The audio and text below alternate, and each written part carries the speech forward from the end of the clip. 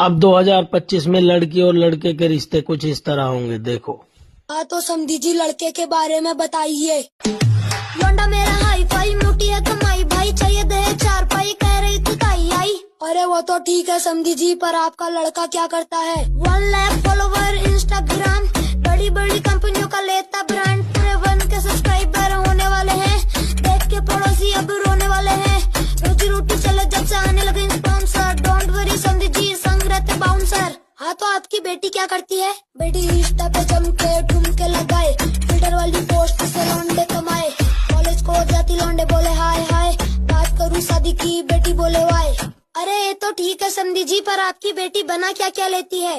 अच्छे खासे बना लेती बातें, छोटे मोटे कर लेती वादे, उड़ा देती लौंडों की रास्ते, रखती ना कदर रिश्ते नाते।